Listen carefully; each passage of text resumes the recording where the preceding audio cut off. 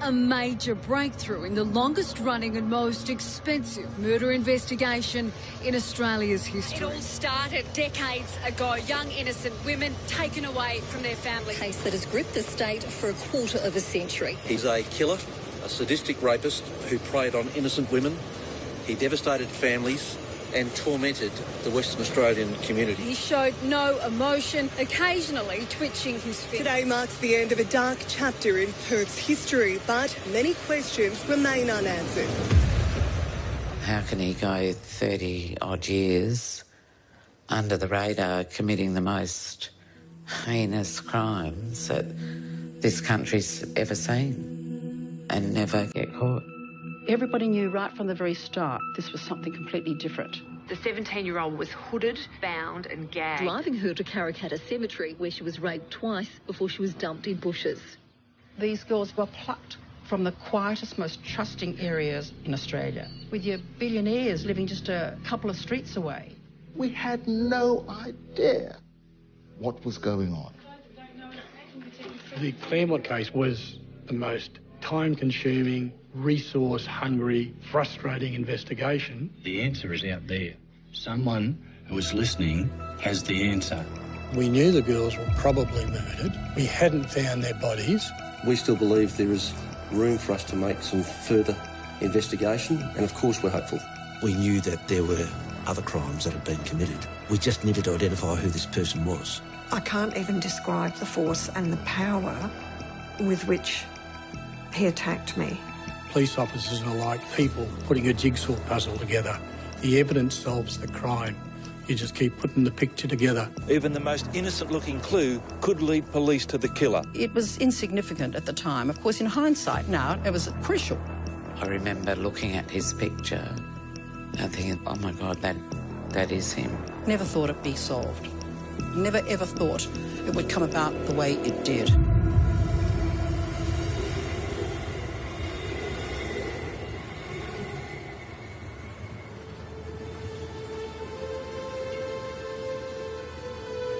Perth in the 1990s was pleasant.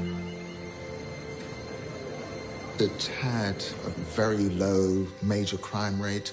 It was a beachy lifestyle. It was behind the times, sleepy-ish. Everything was a little bit backward, and they had this saying, you know, WA means wait a while, not Western Australia. But it was coming of age, and you could see it coming of age. Claremont was an emerging town, and it rapidly became a very, very popular entertainment area, starting off with the Claremont Hotel, and then around the corner, Club Bay View, which really did become the sort of throbbing heart of young people's lives in Claremont. It's a place that we've always felt very comfortable with because it's a very, very trusting, conservative area. Old money, big money. You've got Billionaires Road, Gina Reinhardt, Kerry Stokes, the late Alan Bond, all live literally a couple of blocks away. It is probably the safest place in Perth. And I mean, I'm sure at the time it would have been just unfathomable that something like this could happen there. It's the last place you'd expect.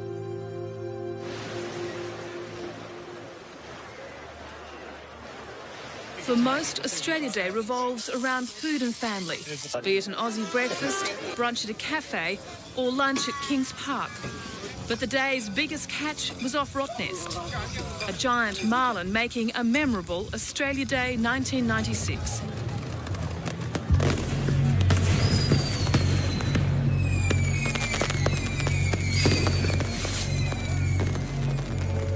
A lot of people were on holidays. Weather was hot. And we're just past the Christmas silly season where any story is a story for the news, you know. And there was a tiny little piece in the West Australian about a missing person, just one paragraph, basically. And I cut that out, thinking that's going to become a big file. I just had a feeling about it. Everything told you that there was something not right about this missing girl. 18-year-old Sarah Spears told friends in Claremont's Club Bay View last Friday she was going outside to catch a cab. She came up to me and said, "Oh, I'm going to go home now." And I said, "No, just wait." And she just said, "No, I'm going." She hasn't been seen since.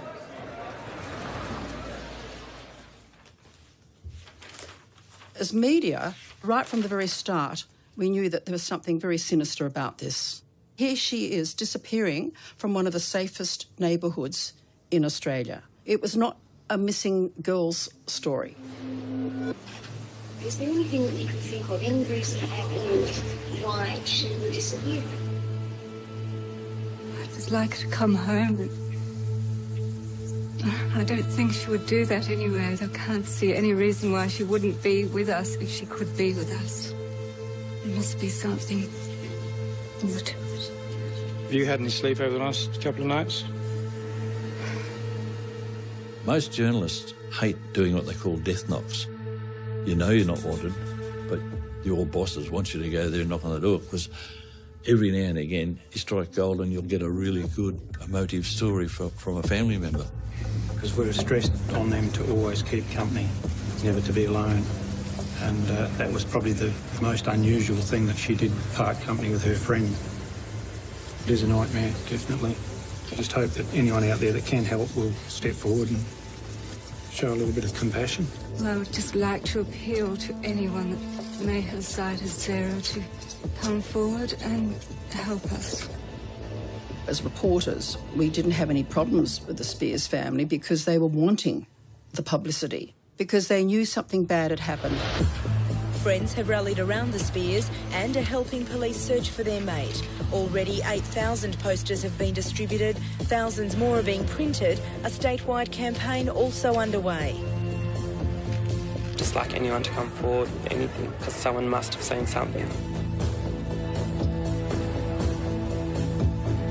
6 days on and still no word on the whereabouts of 18-year-old Sarah Spears.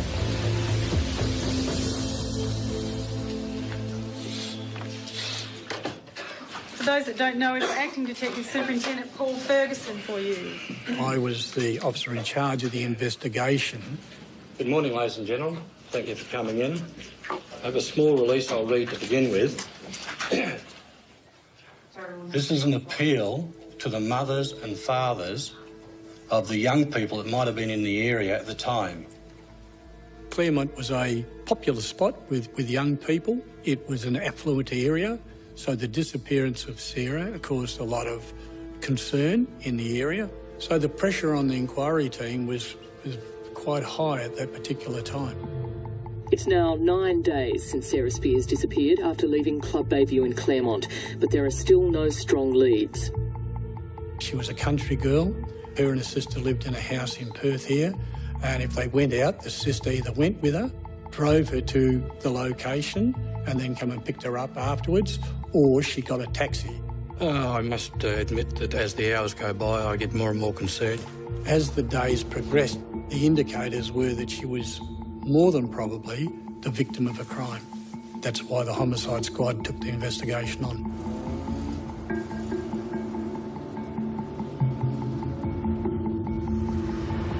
I have to tell you, I haven't been in Baby Terrace for about 20 years.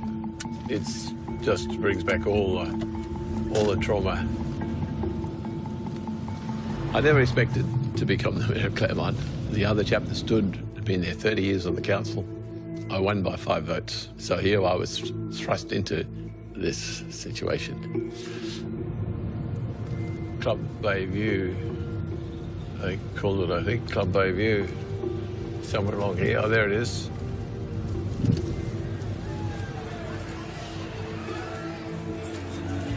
I got the impression that everybody was enjoying the nightlife and everybody was happy and there were no problems until Sarah disappeared.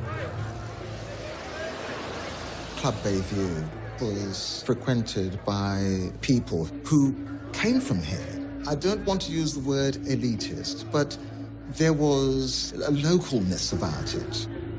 There were very few strange faces. And so from the beginning, we were asking ourselves, how did this happen without anybody seeing? How did that happen?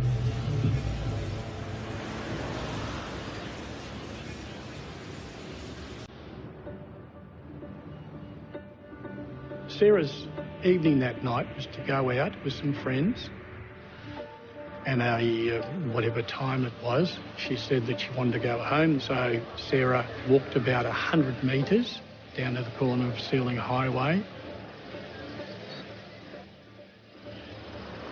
There's a phone box on the corner. She rang a taxi.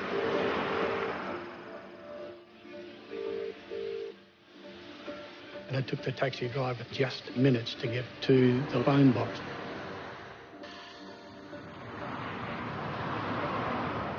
So within minutes of making the phone call, she was not there. It left us with a quandary as to what happened, and if she was abducted, why wasn't there a scream, or that sort of thing.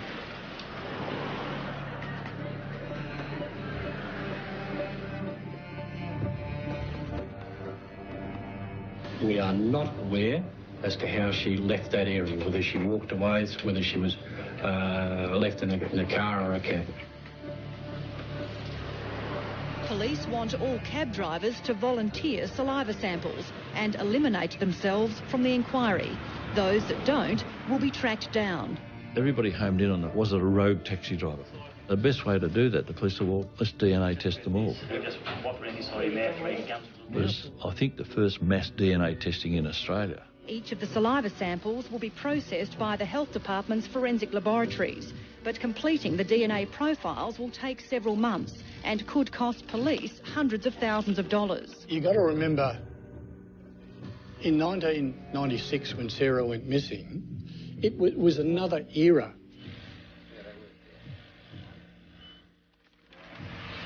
DNA was in its infancy. It took 4 days to get one result back on a DNA swab.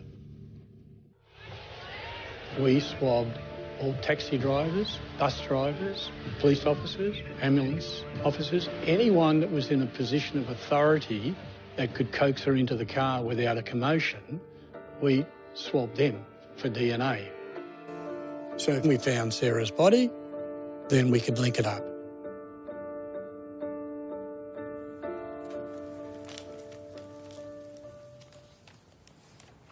The disappearance of Sarah Spears affected me deeply personally. You know, I had kids who went to those clubs. I live in the area, work in the area, know lots of people in the area. Perhaps that was a spur to become more involved in the case than I would normally. From memory, people would say, look, she'll turn up. You know, she's probably gone to a friend's place or she's just doing what young girls do and maybe she's met someone and doesn't want people to know. You know, she'll hopefully eventually turn up.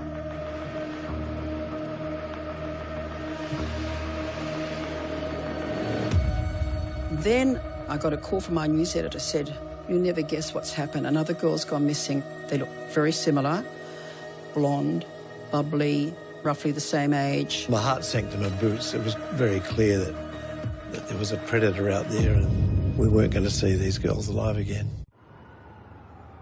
First, the disappearance of another young Perth woman on Saturday night, alarmingly the second to vanish from Claremont in 5 months. 23-year-old childcare worker Jane Louise Rimmer was last seen by friends outside Claremont's Continental Hotel, just a block away from the telephone box where Sarah Spears disappeared in January.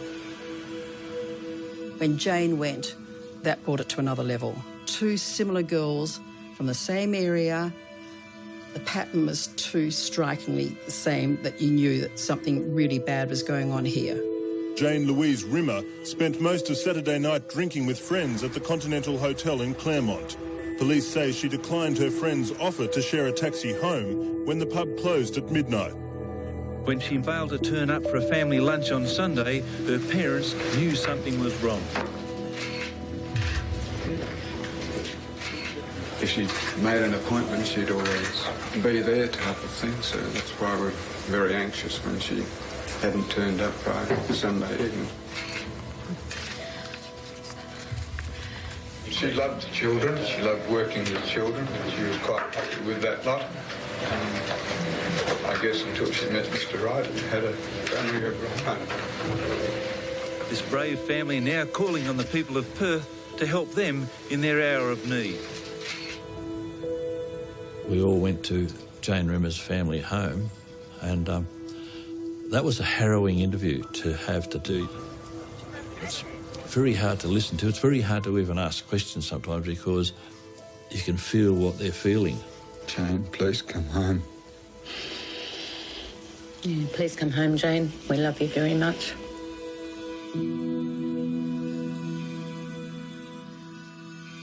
When Jane Rimmer went missing, it was devastating for the investigative team. The day after her disappearance, the investigation was raised to a task force, the Macro Task Force. The case now upgraded to a major murder investigation and linked to the baffling disappearance of teenager Sarah Spears 5 months ago. The Operation Macro Task Force now concentrating on the remarkable similarities between the latest disappearance and that of Sarah Spears. Both women were of similar appearance, had been drinking at the same hotel earlier in the day and vanished from the same area. With Sarah's disappearance, there was minimal electronic surveillance around to be able to support what took place. When Jane went missing, there was cameras out in the footpath, so at least we had footage. The footage was black and white, grainy, it was pretty poor. But it did capture her interacting with a broad-shouldered man. Clearly she was sharing a joke with him.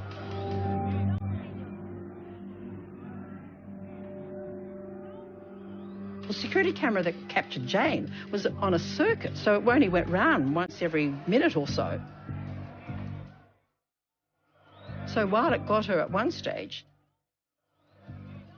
the next time it did a roundabout one, she'd gone.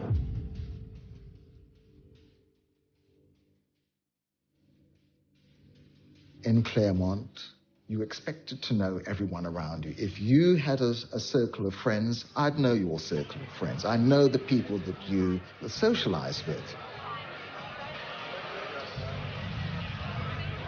Hundreds and hundreds of people who'd been in Claremont that night were contacted by police and shown the footage. But no one can identify this guy.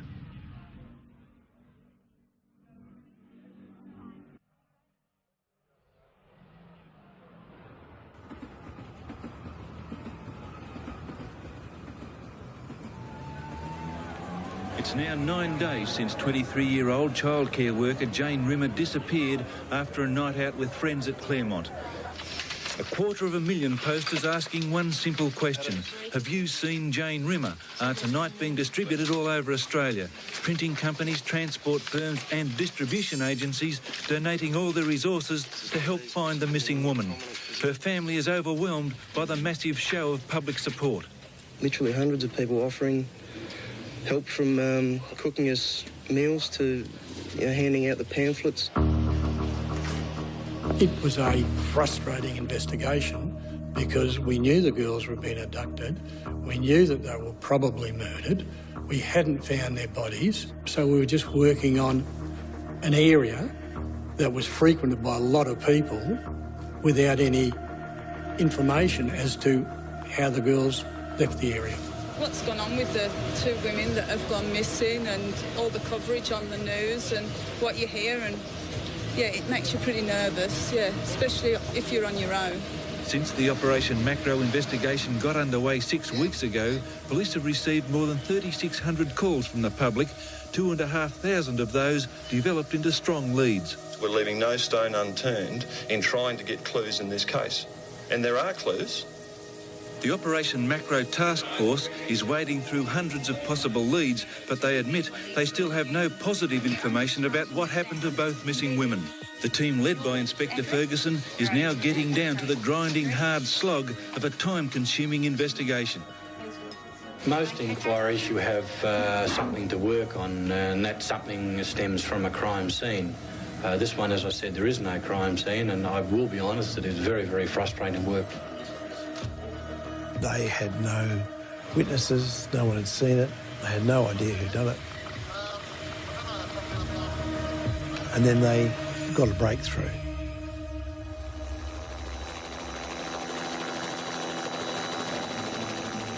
Disturbing reports sparking a big bush search in the Perth Hills. Residents reported terrified screams for help on the morning Jane disappeared. Police won't confirm, but it's understood a young mother collecting bush lilies with her children stumbled upon a body about 3 o'clock yesterday. Police say the body lay face down under a canopy of twigs and leaves.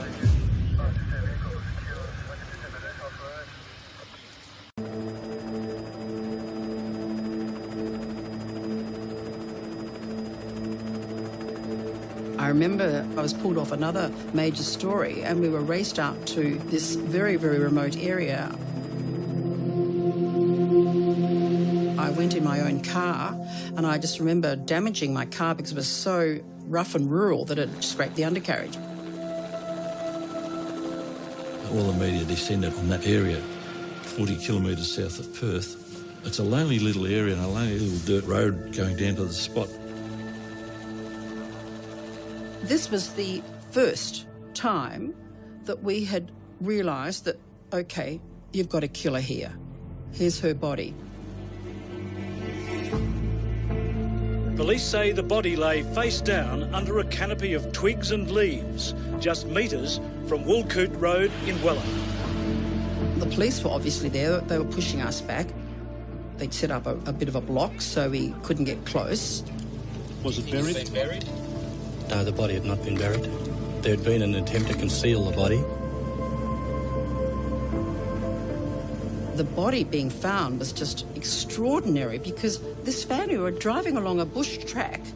A chicken had run across the road. They'd stopped because the kids wanted to play with the chicken. The mother, in the meantime, goes into the bush, sees a lily, a beautiful big white lily, and then literally stumbles on Jane Rimmer's body.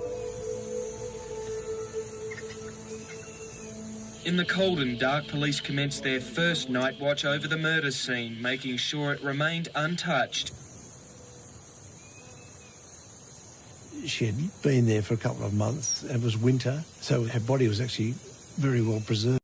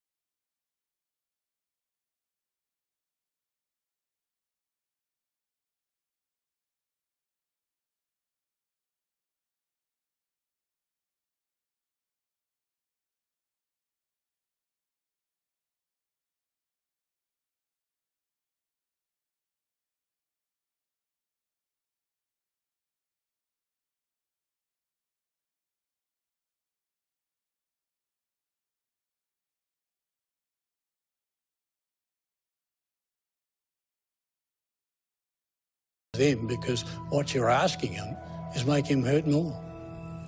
At least we know now, and we can put Jane's body to rest. And hopefully the higher place up there is a little bit more bubbly for her being there. From an investigative point of view, it gave the investigation team a sense of opportunity to be able to now find some evidence that would identify the offender. So the fact that we found her body was a plus. The discovery of Jane's naked body in thick bushland along this lonely Wellard Road is the breakthrough police have been praying for, and it may provide the clue to the whereabouts of that other missing girl, Sarah Spears. This has given us an insight into the person that we're looking for, and it has put us in a stronger position to progress with this investigation.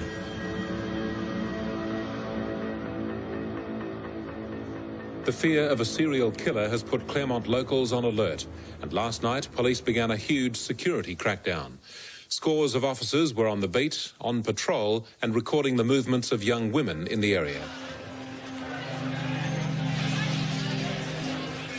Up until then, no one had mentioned the word serial killer. But the pattern was so strikingly identical that the police finally started to acknowledge that could be the case. Police fear they're hunting a serial killer and are taking no chances. In central Claremont, 18 officers on patrol, interviewing and recording every woman who went to the local Continental Hotel. It's really scary. It doesn't make you feel very safe here at all. I wouldn't come out here on my own, that's for sure. Everyone feels the same. They won't come into Claremont at all. Are you scared? Definitely. The Continental says security is taken very seriously, with cameras installed on the footpath outside the pub and in the car park behind the bottle shop. But Claremont Mayor Peter Wagers says the cameras are of uncertain value. But the presence of the video camera hasn't stopped it happening again. It might, in fact, give people a false sense of security. I think health and safety is the #1 issue for everyone worldwide. People want to feel safe and secure. They want to feel protected, their liberties protected, their rights to have that freedom.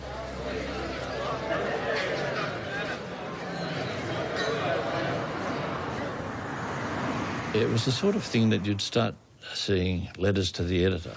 What are the cops doing about this? Why aren't the cops doing that? Have we got a serial killer?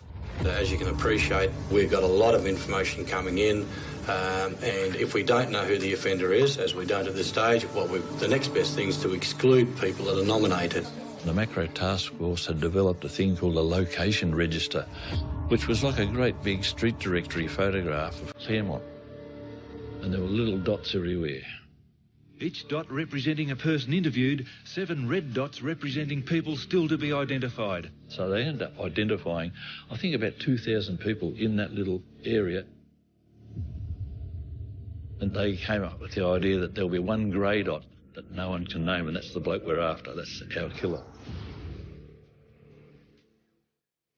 We will speak to a lot of people. We will execute a lot of search warrants. The effect of the investigation was that you ended up not being able to trust anybody with any degree of certainty, because you knew that there had to be a culprit.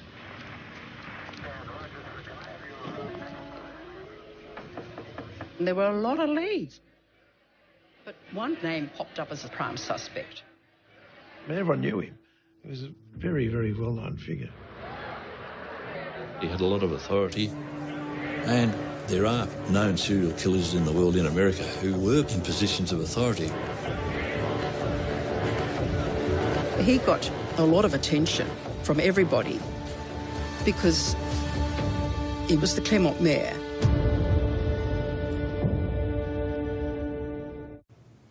Do you remember one moment when you first knew you were under suspicion?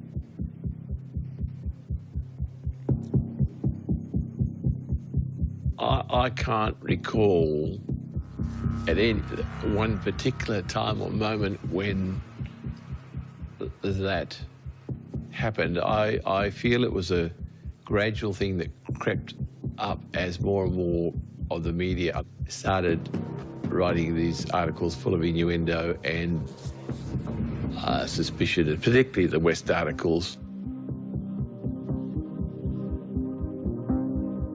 The West wrote up that I had refused to cooperate with the police as Mayor of Claremont. The Mayor refuses. It was so outlandishly unbelievable and stupid that I didn't think the public would believe it. But if you tell a big enough lie, people will think it must be true, because it's so big a lie that it could not be true. I mean, who would make that up? From the moment that was printed, his reputation was finished for life. And interestingly, someone at the West Australian changed the headline between editions. They obviously realised that the first edition was incredibly damaging to Peter Wagers, which it was, and changed it to something slightly less damaging. Many, many people in Perth believed it. he was the killer. He knew Claremont well. He had access to it. He lived in Claremont. That doesn't make anyone a killer, but people put two and two together and came up with three. However, Peter Wager's name had gone onto the police file.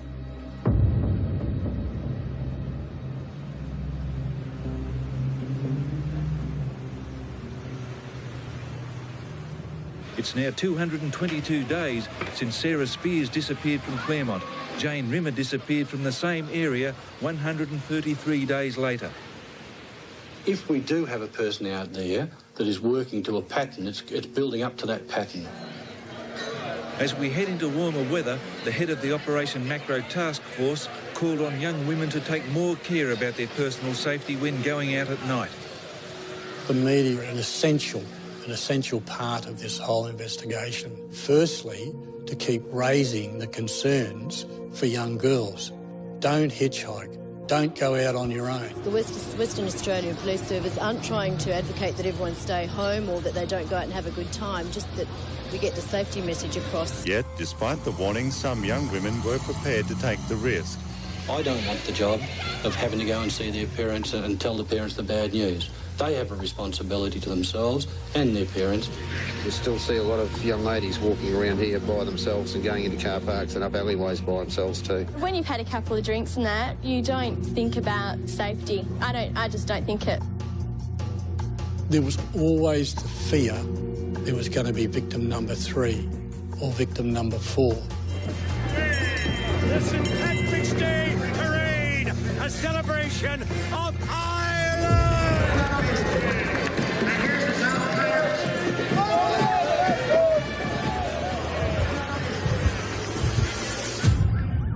It's happened again. First it was Sarah Spears, then Jane Rimmer. Now 27-year-old Ciara Glennon has gone missing. Of Irish ancestry, the young lawyer was last seen leaving the Continental Hotel in Claremont around midnight on Friday. The Claremont Strip, magnet for the young, a place for frivolity, but the chill of a third disappearance sweeps the precinct. This afternoon I was at a party at 2 o'clock and someone was speaking to someone on a mobile phone and said, "My God, another girl's gone missing," and the whole atmosphere of the room was like, oh my God, it was pretty scary. Ciara Eilish Glennon was celebrating St. Patrick's Day with friends at the popular Continental Hotel. She left alone just after midnight, telling friends she was heading straight home. Police presume by taxi. Well, the fear, of course, is that she's a 27-year-old young lady, a career woman, a solicitor. She was well aware of personal safety issues, and it's totally out of character for her to not contact the family.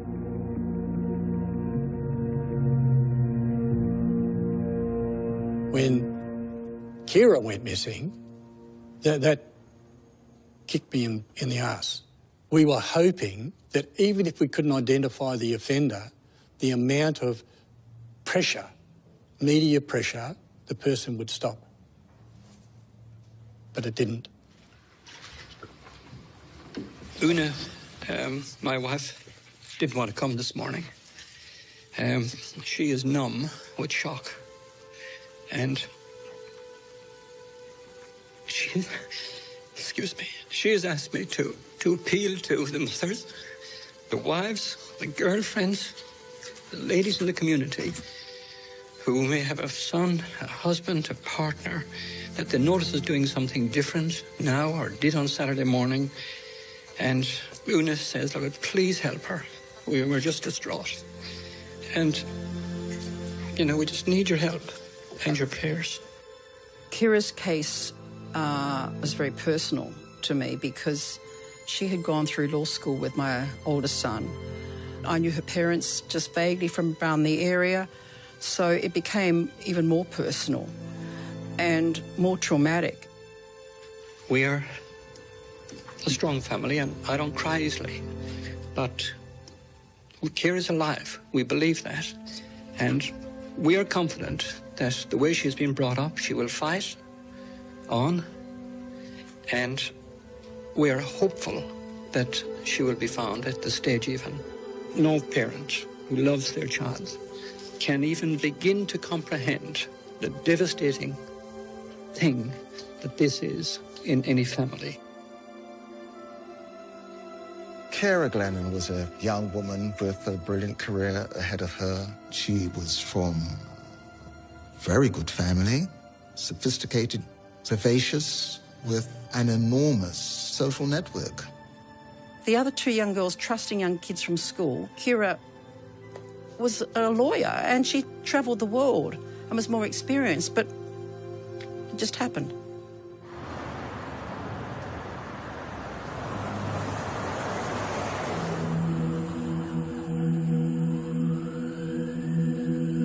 Police are now wading through 11,500 pieces of information, including a series of unconfirmed sightings of the missing lawyer on the corner of Stirling Highway and Bayview Terrace about 15 minutes after she left the Continental Hotel. We have an unconfirmed sighting of perhaps one of the women getting into a vehicle. The last people who saw her were the guys who were having a hamburger sitting on a bus stop. They actually saw her and shouted out to her, hey, you know, don't hitchhike. And she just sort of, yeah, type of thing and kept walking. They saw a slow-moving car keeping pace with her and then pull up further down the street. And one of them saw Kira leaning into the passenger's side window with her hands on her knees, evidently talking to someone in the car. And then he looked away. And when he looked back, both the car and Kira had gone.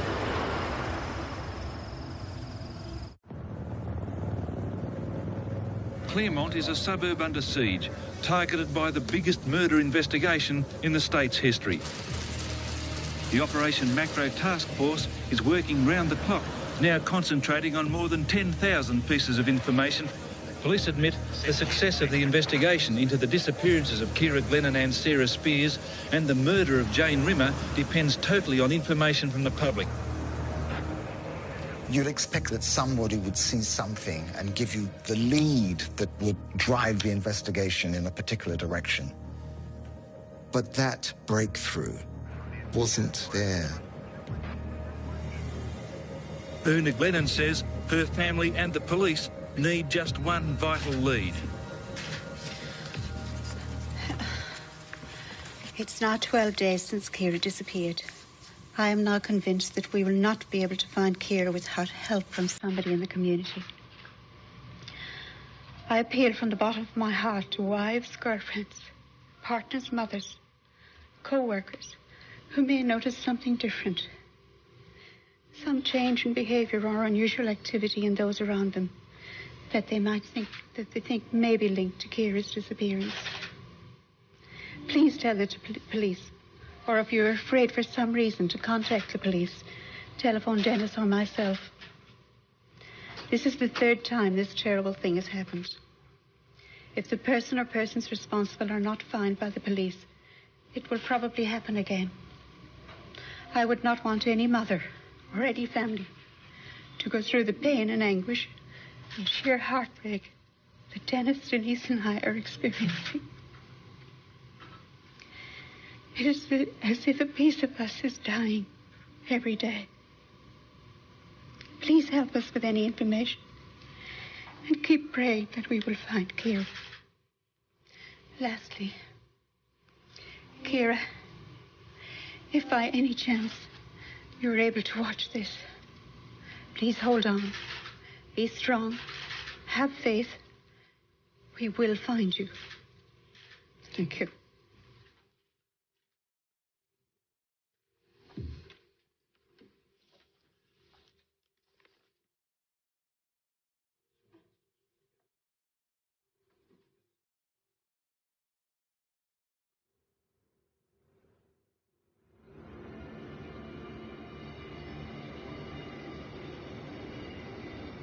I was playing golf at the Joondalup golf course.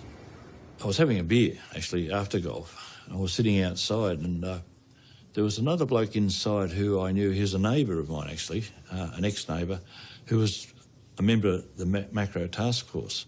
I saw this detective run out of the Joondalup golf course bar and I thought straight away, something's happened.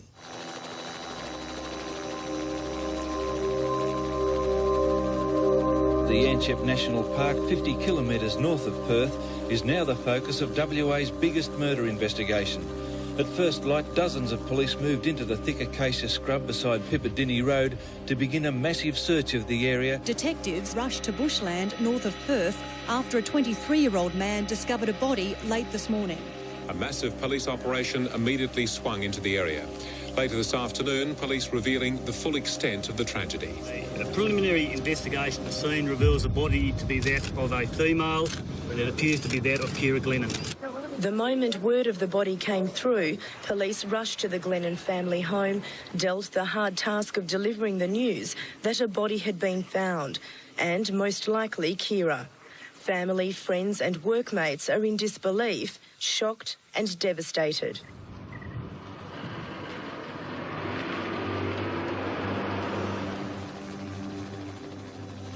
The body was discovered by, they said, a bushwalker. It was actually a bloke they called a bush pirate. He knew someone had planted marijuana there and he was walking around looking for it. I just thought at the time, yeah, no one would have found the body otherwise. Roads were closed off for 5 kilometres around the scene. Police and media helicopters hovered overhead. Forensic experts were brought in to examine the body. Kira Glennon's partly clothed body was found just here, in a small clearing surrounded by acacia trees. The killer made no attempt to hide his victim. She put up a hell of a fight. I mean, she's a diminutive girl, but she was feisty and she was determined, and she fought back. And she was stabbed in the arm. At some point, her throat was cut horribly. We've got a scene of a violent offence. We're searching the immediate area, hoping that we might pick up something that the offender may have left. Scientific experts have spent the day at the killer's dumping ground, sifting through sand, looking for the smallest of clues. Even the most innocent-looking clue could lead police to the killer. A discarded soft drink can or even a cigarette butt. Several neighbours also came forward, some with information. What did you actually see? One woman told officers she'd seen a man coming out of the bush acting suspiciously on Tuesday. She will be interviewed later.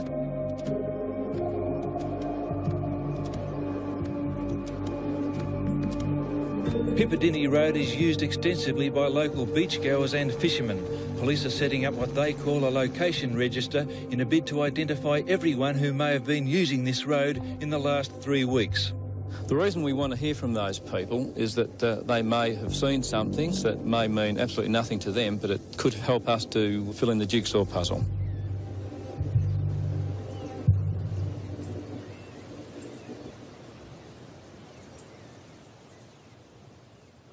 After we shot all our vision, everything we need, we all did our pieces to camera, all the media congregated at the Wanneroo corner of Pipperdinny Road.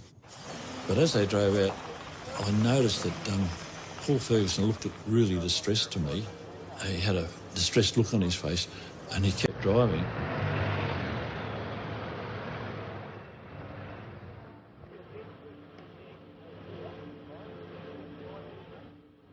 The investigative team were, like me, shocked.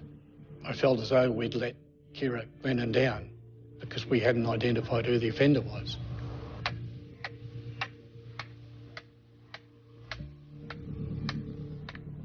As much as you try and you do everything you can, we let her down. That's just a personal thing. You know, you got to live with that.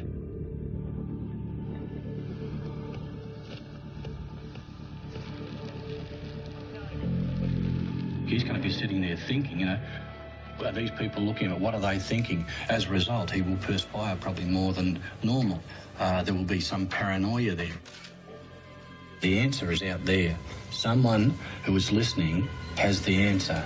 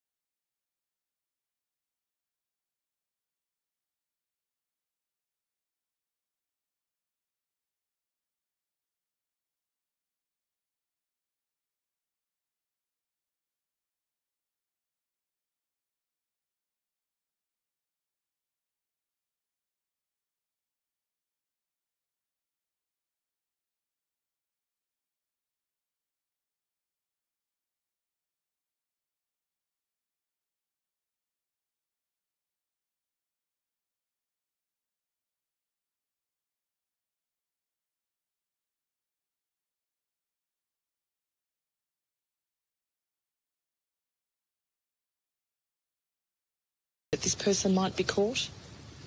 No, not at all.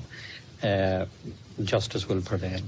Dennis Glennon was a very quiet-spoken, elderly, grey-haired man who had an air of authority about him, and he had an air of strength and humanity about him. He impressed the police hugely. They took him into their confidence. He basically became part of the investigation, and he was focused on one thing, and that was getting justice for his daughter. I have still a lot of confidence in the efforts of the Macro Task Force, and I'm confident that whoever did it will be found. So the police, the way they handled the media with him was spot on and very clever, because they knew he would get the media attention.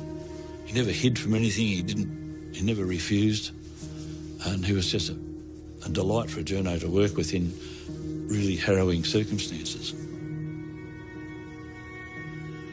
Whatever had taken place before, for whatever direction this inquiry had taken place, we were going to take a new, proactive direction, and that was made clear.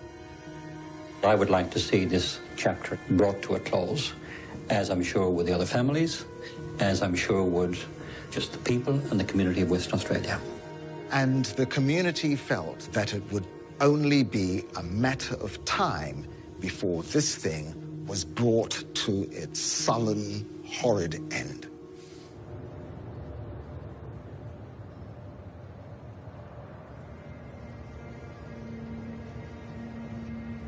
More than a year since the first woman went missing, the pressure is on police for answers to the 3 Claremont abductions.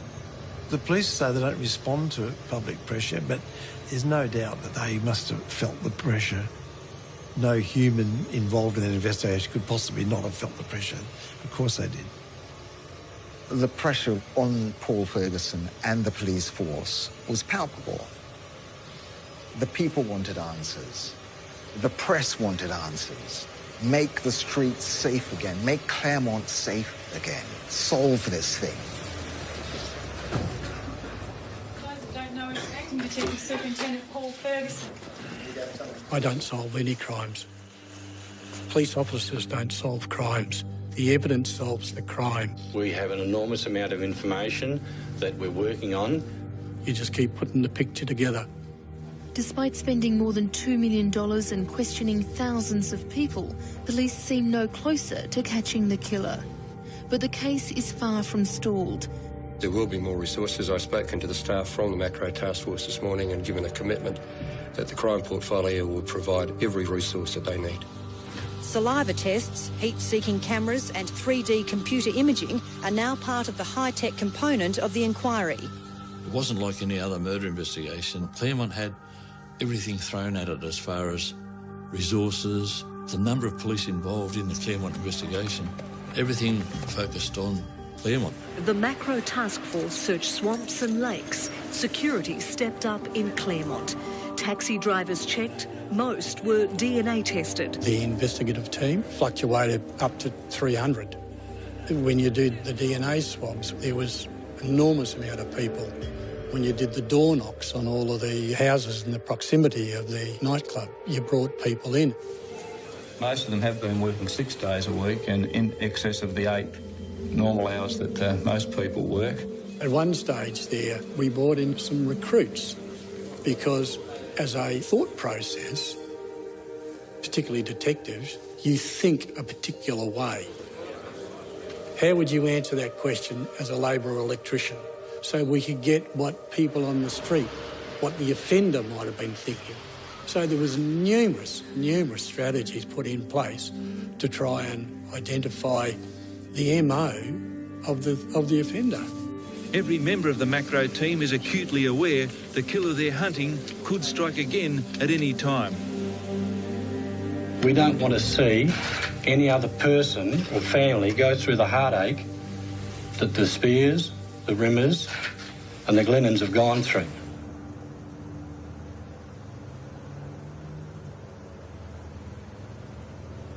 With the new case comes a reward, $250,000 to bring a serial killer to justice. This is the largest amount that has ever been offered for a reward. Had the Premier offer a massive reward, The whole direction and scope of the place had been amplified, accelerated, driven.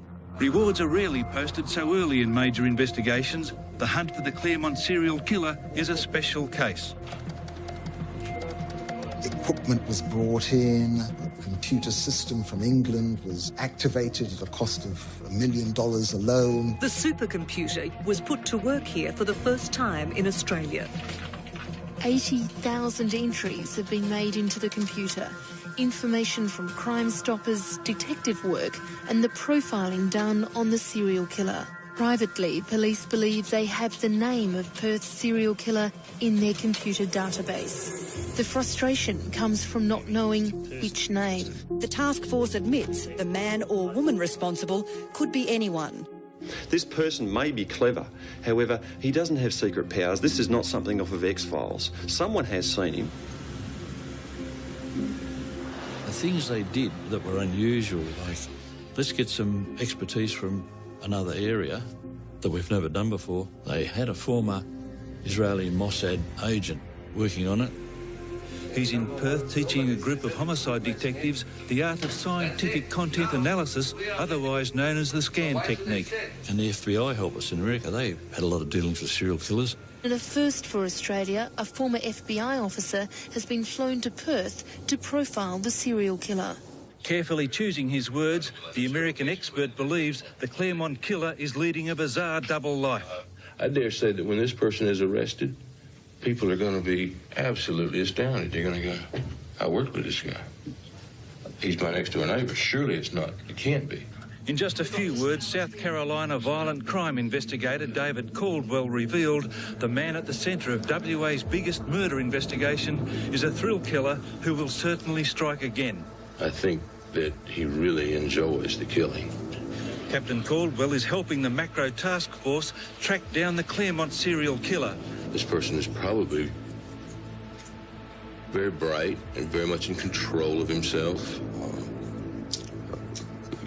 Has all of the outward appearances of a very stable person. But he warns the killer is smart, adaptable, and may change his target from a popular night spot to something completely unexpected.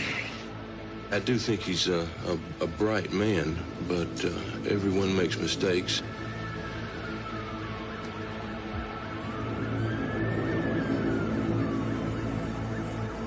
Ten News with Greg Pearce and Christina Morrissey. Tonight, the hunt for a serial killer. We'll cross live to Perth now, and for the latest, we're joined by reporter Rex Hoare.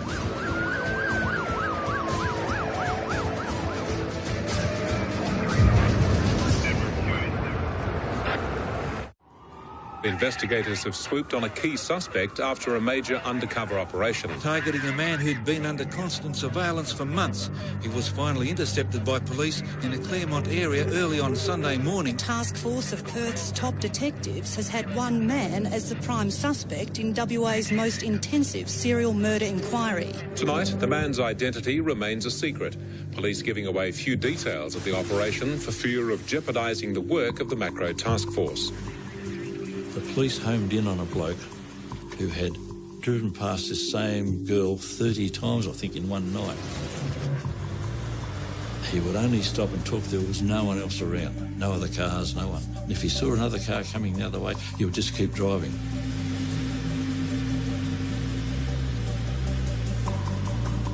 The average policeman seeing that would think, wow, that has to be him. Taken into custody, Macro investigators questioned the mystery man for more than 12 hours, then released him without laying charges. Everyone knew who he was, but his name hadn't become public at this stage. For the latest, we cross live now to Claremont and 10 News reporter Rex Hoare. And Rex, what can we say? There's a lot involved in this case that we can't tell viewers because of the sensitivity of this massive investigation. Police were trying to keep it a secret, but details of a prime suspect in the Claremont disappearances have been leaked, sparking a big internal investigation. Up until this morning, the media of Western Australia have been extremely supportive and very responsible in relation to this crime. There are some facts that were printed this morning that have been damaging to this investigation. Then the West Australian newspaper published the fact that he'd failed a lie detector test, and the media descended en masse on his workplace. And one station identified him by name. Come on. Hi, Lance. Sorry to worry you. Judy Allen, I've spoken to you a few times today on the phone. I just really wanted to ask you a few questions. Are you the serial killer? No. Are you innocent? Yes. The thing that I think people, I guess, don't understand is why were you following women around Claremont in your car?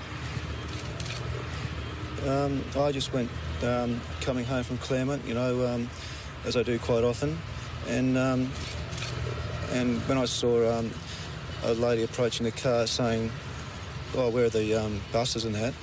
I thought, well, that's, you know, I said, by that time of night there's no buses.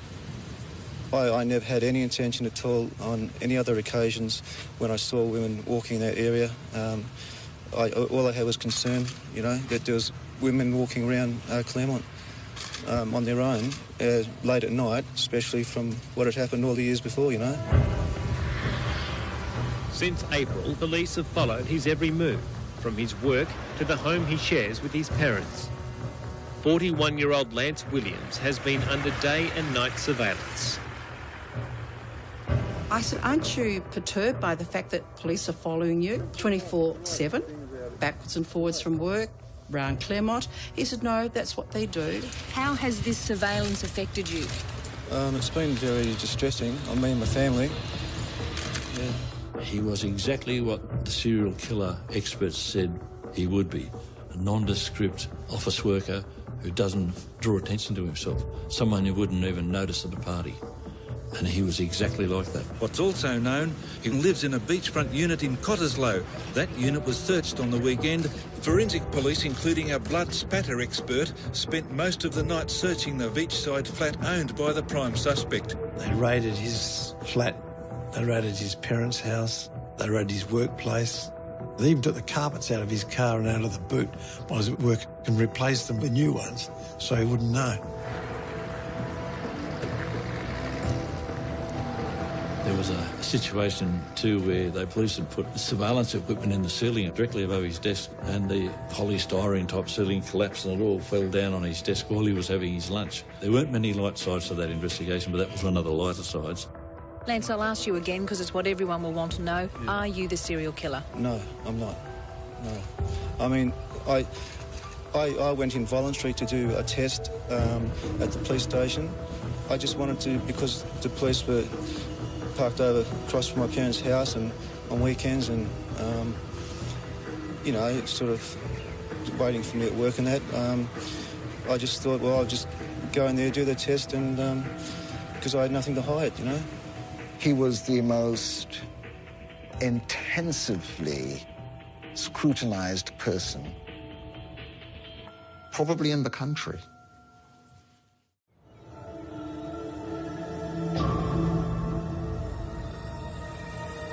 The Claremont serial killings has become Australia's longest unsolved murder inquiry. For a number of years, police have closely monitored one suspect. The Cottesloe man was put under around-the-clock surveillance, which continued for several years. We have not resolved this issue, and we all are fully aware of the fact that if we don't resolve this issue, that there will be more people that will lose their lives. Dave Capehorn, he threw everything he could at investigating this person. Well, he's got no evidence. Officers from the Macro Task Force and forensic investigators arrived unannounced this morning at the main suspect's Cottesloe home. The police still suspected him because they said since Lance Williams is being observed 24/7, there have been no more killings. And that was their main premise. So they never, ever let him go. The investigation's been running for quite a while. The forensic reviews identified specific areas of inquiry that really need to be revisited. Speaking from behind a closed door, the man's mother says she hopes this new flurry of police activity will put an end to years of torment. We've had no involvement, and I think that's what keeps us going, because we know he's had nothing to do with it. Every Australia Day, which became very significant because it was the day that Sarah Spears disappeared, I'd go and knock on his door, and sometimes he'd be there and sometimes he wasn't. This time he was there and he invited me in, and we sat down and we talked for hours, so long that in the end I ran out of questions. And I came away from the interview convinced that Lance Williams was not the guy, so much so that I rang the Glennons and said, I have great doubts about this Lance Williams, because they were putting all of their hopes into Lance Williams. This person remains to be a significant person of interest. However, he is not the only person being investigated by the Macro Task Force.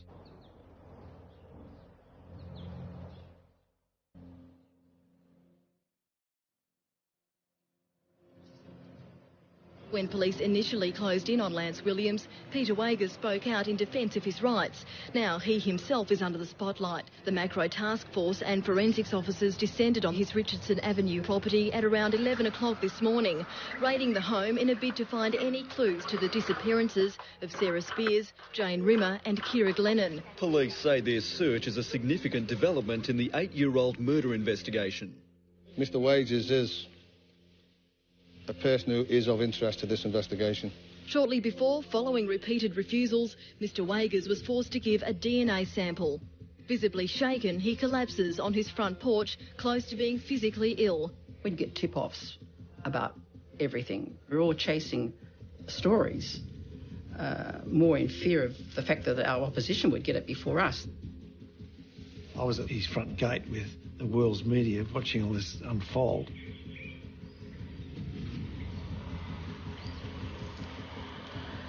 I remember seeing 11 forensic officers scouring the place, pulling out clothing, pulling out carpets, taking off the tiles off the roof, digging in the backyard with probes.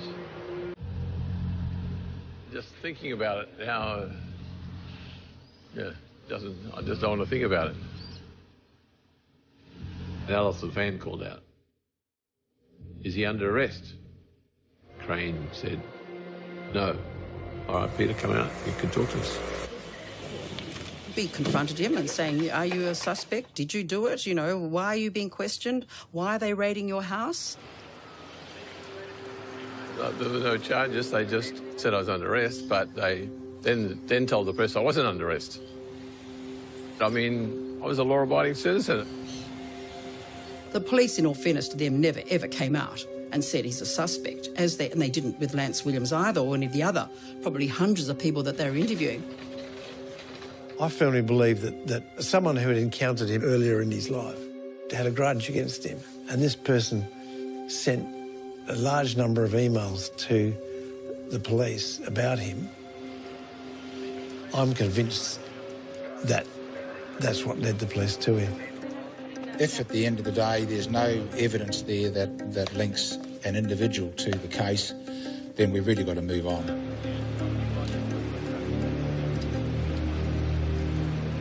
After several years of investigation, the Macro Task Force, Australia's longest and most expensive manhunt, was almost disbanded. Paul Ferguson had been taken off the case, and then as far as the media went, we thought it had gone cold. I had the view that this is going to become one of those cases that 20, 30 years down the track is another unsolved set of serial murders. For all the police, for all the expertise and ingenuity, for all the brains in Australia, for all the wanting this thing to be solved, we came away with nothing. I can't even describe the force and the power with which he attacked me. His eyes were dark to match his soul. He rang me at home and he said, just received a phone call from the labs and they've got another hit. And it was like, what do you mean another hit? All I remember is that we got a tip-off and it regarded the word macro. We'd all thought the guy's dead, he's moved overseas, he's in jail, we'll never find out. And then, whoa. The last person you'd expect to be a serial killer.